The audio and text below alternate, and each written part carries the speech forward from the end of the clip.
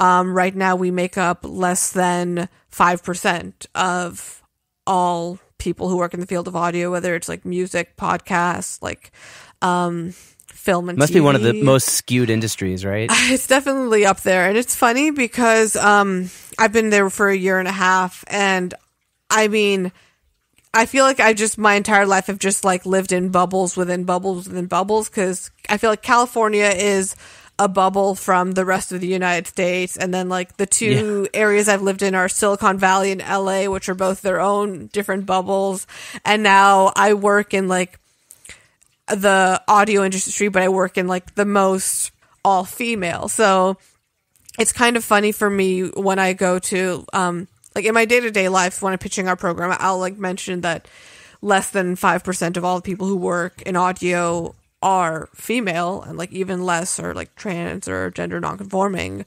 But it's kind of, in the back of my mind, I was almost like, is that even true? Because like most of the audio engineers I know are female. Like, sure, not like That's so funny. like not the ones that That's are like the opposite of my experience. So. I mean, but the thing is, then because we do a booth at AES in New York every year, and we also hold like our national conferences, WhamCon. So we do like a WhamCon in LA every year.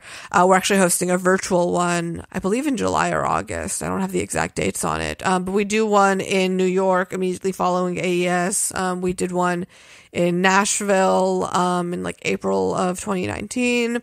So we do those, and that's kind of because we have members across the globe, but we just so happen to be based. The majority of our programming has been based out of the San Francisco Bay Area. But that's been the kind of amazing thing about COVID is we've had to go remote. So now we can teach classes to people all over. Like as one of the staff engineers, we host weekly office hours for our members where it's almost like a call-in radio show. Like people can just like hop on Zoom and be like, hey, this is my question, or this is like a problem I'm having, and we'll be there to address it. And we'll have people in like Australia like tuning in being like, hey, yeah, my interface is doing this. And I'm like, okay, cool, that's the same interface I have, even though you're like halfway across the globe. Like, so it's cool. So that's actually been a sort of strange, in that way, a blessing in disguise, that we're like, because we've expanded to this remote platform, we're able to reach a much wider audience. But I went to AES for the first time this past October, and that was kind of when I got the realization of, oh, now I see like now that percentage is like that, like it's really starting to it's just like so visible when you're there. Like you're just walking around like the Javits Center in New York, and you're like, oh yeah, I am definitely at most 4% of the population of this convention center right now. So it's kind of like, I think part of it is I also just wasn't really aware of it. Like I kind of wasn't really aware that like prior to like starting Women's Audio Mission, I couldn't name any female producers or engineers. I mean, I remember I had a hard enough time when I first decided that I wanted to like pursue music in general. I like went through my entire record collection and just pulled out LPs that had like female musicians on it, because like I listened to my music taste at the time were so rock centric that it was like a heavily male dominated like genre. So I was just like, you got like Carol Kay on the Beach Boy records, exactly, yeah, and I remember Fleetwood Mac, exactly. I remember like going through and be like, Meg White counts, like yes, yeah, and even like then it was like maybe 10% of my record collection just had like female musicians, and I'm pretty sure if I go back now, it would be like 2% tops had like any female engineers or producers or what have you, but I would never know. So I kind of like, I think part of it was just I didn't really realize how empowering that visibility was, because I had never experienced it. Like I had never seen a female audio engineer work before, so I never kind of realized how empowering it was to see someone who represents me working in the field that I want to work in. So I think kind of once I became aware of that, that kind of was like the catalyst for my advocacy of that, and seeing like, oh, this is crucial, just to be visible and be public working in this field, just so other people can picture themselves doing that same thing. Yeah, I had a guest on the show named Ebony Smith from New York, and she has an organization called Gender Amplified, and she was telling me how it's just when a female sees another female, behind the board, it's something that they're so not used to, but it makes them feel much more comfortable often, and also just like, oh, I can do this also. And once that awareness that there are other females that can do this, then that's how you start the surge of hopefully female audio engineers and producers. So absolutely, I think it's an important job for sure. I think it starts from within, and it's like, I mean, again, my best friend, my primary collaborator, is a male audio engineer, so it's not like I'm totally against it. But I think like working at Women's Audio Mission has kind of it's a very different environment from any other recording studio I've set foot in. Like, I've engineered at other studios, and just kind of, like, once I started working at Wham, and then would occasionally like do live sound or do work at other studios, I was like so aware of the difference in the culture there, and just kind of this, I mean, it's not across the board. There's like plenty of awesome studios that, whether or not they have female engineers there, are still great environments to work in. But I have been in some situations where I just felt like a sort of toxicity in the space. So it's like, I mean, I just think it's like the coolest. And I remember when I was still an intern, one of our freelance engineers at Wham, she's also born in Northern California, but her parents are both from Afghanistan. And so she was the lead engineer, I was assisting, and it was like the craziest thing for me, because I would kind of like, I would like be looking at, and I'd be like examining the patch or something. I'd like look out of the corner of my eye, and it was almost like I saw my cousin sitting in the chair, and I would glance and be like, no, it's like this other engineer. But I was thinking to myself that how many times in the world have there been recording sessions that both the like lead engineer and the assistant engineer are two like women, like American born of Middle Eastern descent? Yeah, like what? Right. Like, when is that? Like I was like, are we making history right now? Like, should this be a documentary? Like, is this is it, like how historic are we being right now? Yeah, just for those listening who don't know, Layla is of Iranian or Persian descent. Yeah. Well, let's hope that this is the beginning, and women should feel comfortable to join in on the conversation of music production and audio, and one thing will lead to another. You got it.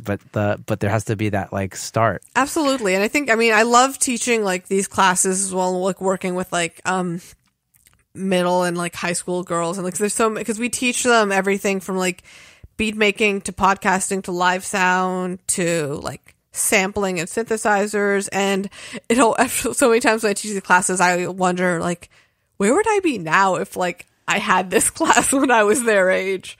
Like, yeah. I feel like I'd be just like ruling the world right now. But then there's another part of me that's like, would I have even like thought to sign up for this class? Because it's like that visibility is still kind of rare. So, but yeah, I think, how do women find out about Wham? Like, how do these girls find out about these programs? We like it's like an after school program for them. So we'll do like on campus pitching, or sometimes we work with like after school organizations. So yeah, we like partner up with a lot of other organizations and a lot of schools in San Francisco, Oakland, and San Jose. So yeah, we kind of just will go to their schools and either pitch the students directly or coordinate with whoever organizes the school's after school programming, and kind of just like nice. get there. And yeah, it's what's your favorite thing that you what's your favorite thing that you do there at the organization? I mean, I love that I get to do everything. I think that I've kind of always been that person where I feel like even if like I was doing my favorite thing in the world every single day, I still would never be fully happy. And I kind of am one of those people who needs to be hopping around doing different things. So, I mean, I definitely have a love for like producing and engineering and getting to be in the studio and getting to sort of how like I have like a couple of, because I mean my clientele at the studio varies greatly. Sometimes it's a podcast where I'm just there strictly as the engineer. Sometimes there's one vocalist in particular I've been working with at the studio who she and I have developed a rapport where she is asked me to like produce and like write harmonies for her and that sort of thing. So kind of I mean I obviously love and feel very connected to those sorts of projects where it's like I get to sort of help deliver someone else's vision whilst also sort of testing my own like curiosities about audio and engineering, kind of see those come to light. But I mean, I love teaching as well, and I especially love like teaching like synthesizers and like I think and I love teaching like sampling and beat making, and especially those lessons where like I know that like a student isn't going to listen to a song the same after that lesson. I think those are always kind of like the really exciting moments. Yeah. Which I think for a lot of educators, that's kind of like the little like fun parts when you can like see that the information clicking and you can see that you're making a difference in how someone perceives music and is kind of perceives their own role and abilities in that. So let's jump into your collaboration with your best friend and collaborator Isaiah Ashburn. Mm-hmm. Tell us about this upcoming EP that you guys are about to release. What went into the production? Tell us about it. Yeah, so Isaiah and I connected about, I guess it was about a year and a half ago, maybe a bit more. He was also working, he was like part of the same music technology program. I was at Foothill College, and he was actually one of the student staff engineers at the recording studio on campus. So I kind of just like met him through that, and then I think there was just like one day where because I was booking time in the studio every week just to like practice recording whatever, and then there was one time where I was like, hey, can I just like record you and just like singing, playing acoustic guitar, because I just want to do like, I just want to get my reps in doing that and just get better.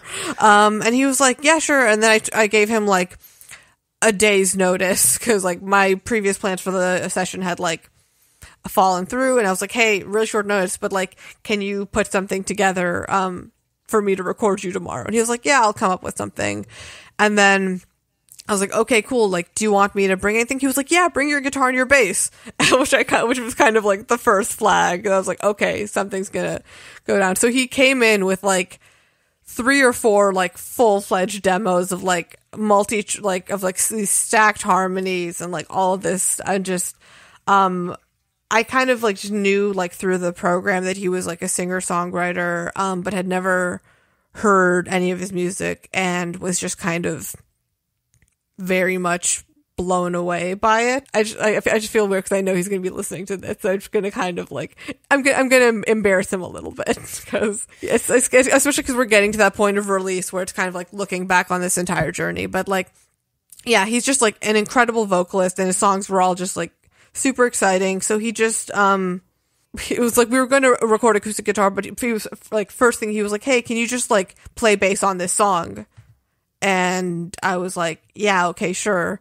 And I, while I was in college, was part of an improvisational music ensemble where I played bass in there for about a year. So, I felt pretty comfortable, thankfully, just like, so with that sort of situation of someone being like, hey, here's a song, here's the main riff, and the rest of it, just like, here's the chords, do what you feel. And that song was All the Feels, which is actually the title track of the EP that, depending on when this goes up, I mean, hopefully it's going to be available on all streaming platforms. We're like waiting for the CD baby inspection to go through right now, because they're like physicals are on hold because their warehouse is shut down due to COVID. But like as far as like digital release, that should hopefully by the end of the week be good to go. So Oh yeah, we're not. Don't worry. Yeah, we'll get it in. Yeah, after that. Awesome. So yeah, so